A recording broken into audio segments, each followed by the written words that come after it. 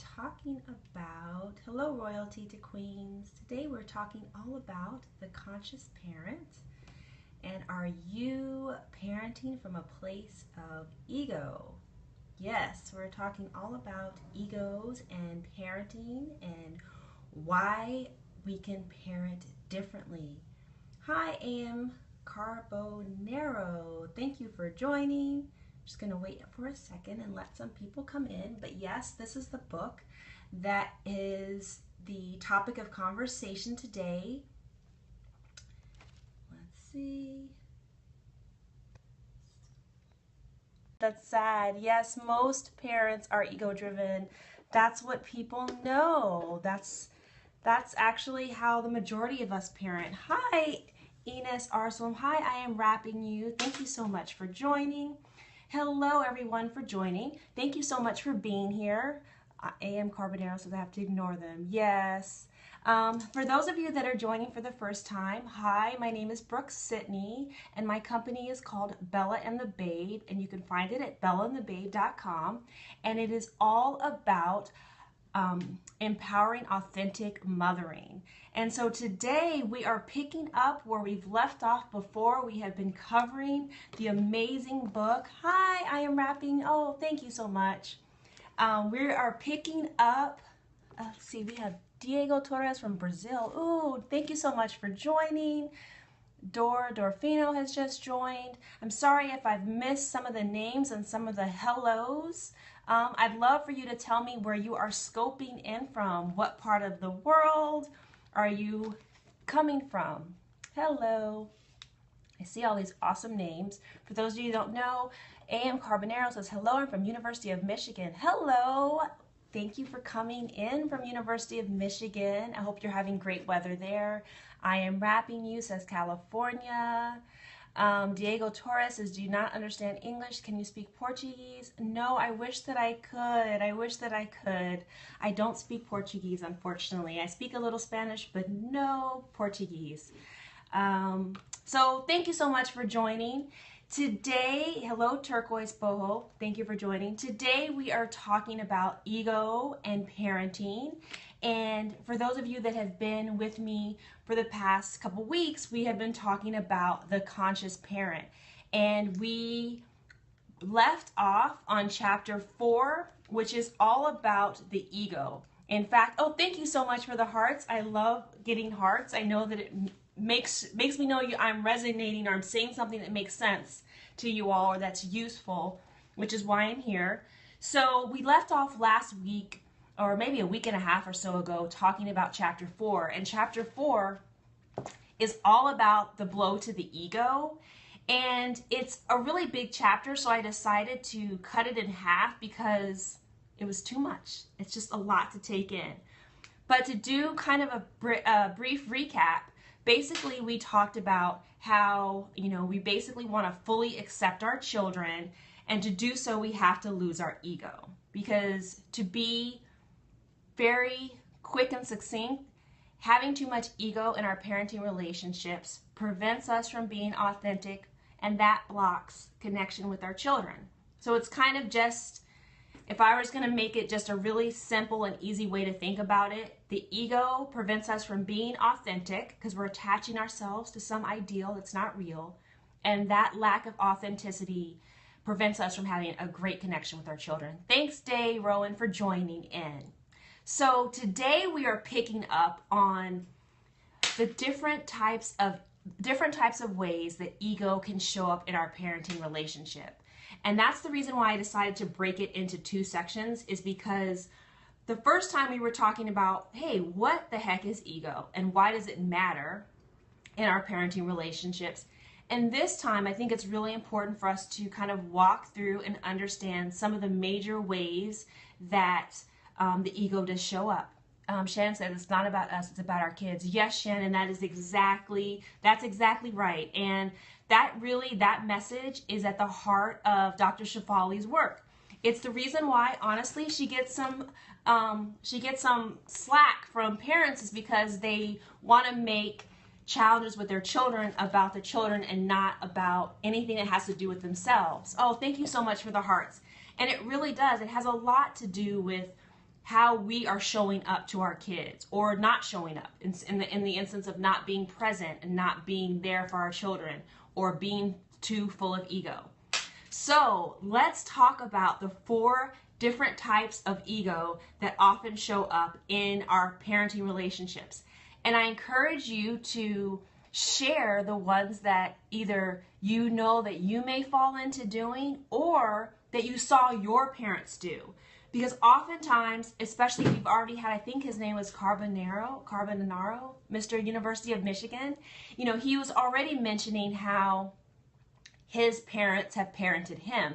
And you know what? That's the first step in not continuing the pattern, not having ancestral or generational egoic patterns continue through. So thanks, Gabrielle, for joining. So the first type of ego that often shows up in parenting relationships is the ego, hello, Gabrielle. Hope I'm pronouncing that correctly. Thank you so much for joining. The first type of ego that shows up is called the ego of image. And that's basically where we fall into the trap of allowing our sense of worth to become entangled with our children's behavior. Shannon says, I think we worry too much about what people will think about us because of our kids. That's exactly it. That's exactly the ego of image. It also falls into the ego of status as well, which comes up a little bit later on, but that's exactly it. Parents worry so much about what their children do because they view their children as not separate from themselves, and they worry about what people think. And we're in a society where image is everything, right? Like, image is totally like the most important thing to a lot of people. And Carbonaro says parents want to shape their children. Yes, they totally do. And honestly, like that's not a bad intention to want to shape your children. You just have to be really conscious of what you're shaping them with, right?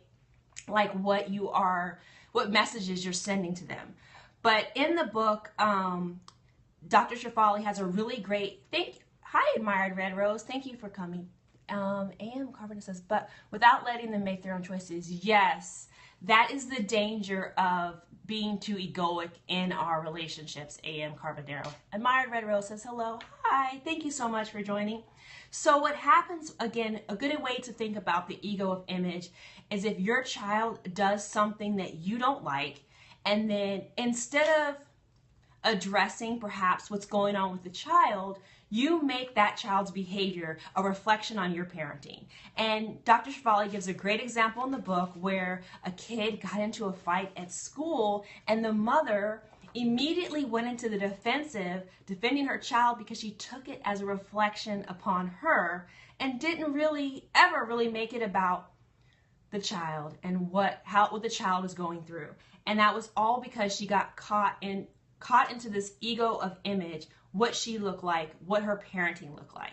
So I don't know like how many of you guys struggle with ego of image or if you grew up in a household that you saw that, but I really think that that's a prevalent one in today's society where image is everything, and we're always putting, images on Facebook and Instagram and all these places because we want to look good, and we definitely want to be thought of as great-looking parents. Shannon says, "Oh yes," right? Like, if you agree with that, let me know. But I totally see it. Thank you for the hearts. Yeah, if you agree with that, I see the ego of image all the time. And honestly, it's because it's the norm. It's very easy to see that. So, it says you have long hair. Yes, I do. The second one is the ego of perfection. And that's really where we have an attachment to our fantasies of being perfect. And what that does is it really keeps us from living the life that we have. And so in that particular example in the book, Dr. Shefali talks about a mother who threw a party for her son, and she was really focused on every detail being perfect. And the fact that her son, I think, got a little tipsy and some of the details didn't work out, she was thrown off kilter, she was lashing out at people, and she was really trying to control. That's what the ego of perfection causes you to do, to try to control everything. And so, in addition to not being able to enjoy this party and all of her hard work, she made everyone else around her miserable. And honestly, she didn't really teach her child anything that was positive about, making mistakes, or that things happen, or that, nothing is perfect. And I think that Dr. Shefali, I think that she wrote this in the book, or else I just got it from something else that I've learned, but what our children need to learn is that perfection is an ideal of the foolish. I'm going to say that again. Perfection is an ideal of the foolish, because you know what? Perfection does not exist. And so that really shouldn't be the standard. And so when we hold our children to this unattainable standard, they have nowhere to go with that. Admired Red Rose says, all of my kids are grown, but will help with my new twin grands. Yes, that are 2.5 months. Yes, totally. And you can pass this information on to your older children, and also modeling it. By you modeling it to your grandchildren, they're going to have this great, great example.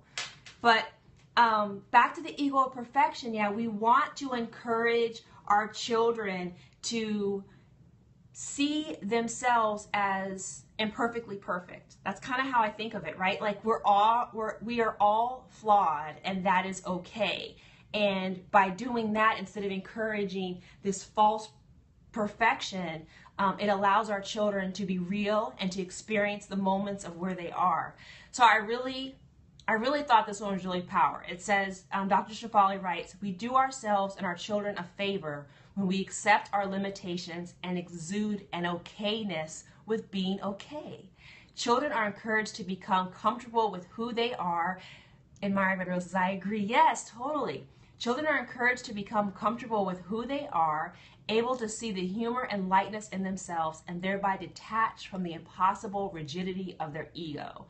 I love that, because basically when we stop saying or trying to be perfect, which is not realistic, we free our children from trying to be perfect and allow them to just be, which allows them to grow and flourish and become who they really are supposed to be.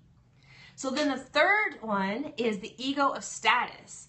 And this one is very similar to image, because status is a very big thing for most parents. It's a really big thing in our society. It's so important that we have the right car, we go to the right schools, Ivy League schools, or whatever it is. Maybe it's going to the alma mater, or where everyone in your family went. There's all these external yardsticks, such as like a high-paying job, making a certain amount of money.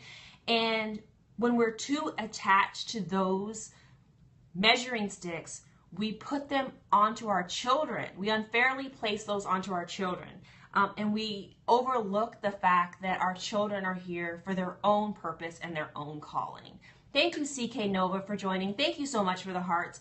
And so the challenge for us as parents is to allow our children's spirit to emerge and not place all that junk on them, right? Like not place all this status, all this outside kind of interference.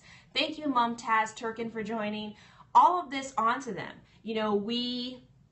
She asked us, can you let go of the relentless urge to have children be an extension of yourself? And this goes back to, basically what things we were talking about in chapter 1, where how many of us thought our children were going to be mini-me's, right? We are so attached to our children. Thank you, Admired Red Rose, for sharing on Twitter. We expect our children to turn out just like us, have the same standards, right or wrong, as we are, and we place them on our children, and it really, really isn't fair. And when we do that, we aren't honoring who our children are supposed to be. And we're also teaching them not to honor themselves. Oh, and on Facebook, the great topic. Thank you so much, Admired Res Rose. Yes, thank you. I wish that there was a lot of people talking about this topic, and really helping parents parent from a place that feels good for them and authentically. So the other thing is that another danger kind of parenting from an ego of status is that we teach our children to develop a persona. And by them developing this persona, they don't get in touch with who they really are on the inside. And for me, that seems really, really sad, because I definitely know people that are, in their 30s and 40s, and they're just now figuring out who they are, what means what they value, what means the most to them, what are their highest priorities. And it's because this was part of their story. This was part of what they grew up with. And so as parents, I hope to make it easier on my child so that he can grow up free to develop who he's supposed to be and not necessarily who I as mama wants him to be. And the last one, the fourth one is the ego of conformity. And that's basically that we think we are product-oriented creatures and we prefer everything to go from like point A to point B. Everything has to be orderly. And so we want our children to basically conform to the way in which we've organized our life and we've organized our world. That's how you end up with children who feel like they're the black sheep of the family. And if they're not accepted, often these children either conform to be accepted, which is sad, or they end up kind of leaving the family, you know, not communicating because they don't feel heard and seen. So, that one like kind of breaks my heart too. And I don't think that it's intentional that parents parent this way. They parent often the way that they know. I think that the ego of conformity is very, very prevalent because it's just passed down, and whatever made this family unit successful, say all the kids got from point A to point B, we're like, well, our parents did it, you know, these kids turned out okay, so they keep repeating these patterns, but they are harmful. They can be harmful to the child's psyche and to who they are meant to be. And the fifth one is the ego of being in control. And this one is, I think this one probably happens more than we think. I know I can even say for myself, I definitely think that I had parents that parented this way, like the total top down, I am in control, very hierarchical, parents know best, I grew up in a, you are seen and not heard environment. So when we are raised by these parents, they value emotional control more than emotional expression. In fact, expressing your emotions can be seen as being weak. And Maya Resro says, yes, my mistake as well. Oh yeah, right? Like, and it's so awesome that you are even thinking about these things. And I think it's so important that we're all growing. Like, we're all on this path towards growth and learning and becoming more fully ourselves and fully conscious of the way that we do things. So, but back to like the ego of being in control, this one really, really can, I think, harm children, because what happens is the parents exert so much control, both mentally and emotionally, and it can lead to like criticism and judgment and, demonstrating our superior knowledge. And like, the child can only react like by not knowing how to feel like empowered. Like, it's hard to access their own inner empowerment because the parent is almighty and knows everything and knows when and when you should not express your emotions. It becomes very difficult to live in that. And I mean, I can honestly say that I don't judge my parents for doing that. I think that's what they knew, but I definitely saw parts of that even in my own experience growing up. So, it's great to be aware of them though, because before this type of work, I had no idea that these existed. And so I could be walking blindly into parenting my own children. My 21-year-old tells me this a lot, and I needed to search a lot, I think, for myself. Yes, it's so true. And you are awesome for even taking the steps to do that type of searching. So the last thing that I kind of wanted to touch on, because I told you chapter 4 is a lot. You really could have talked about each of the ego types, for a whole periscope, just dived into one. But the last thing is you can actually transition out of the ego. And one of the times that a lot of times parents start to realize that they're in ego is when they start to see that they are truly separate from their children. And a lot of times this happens when children become more independent.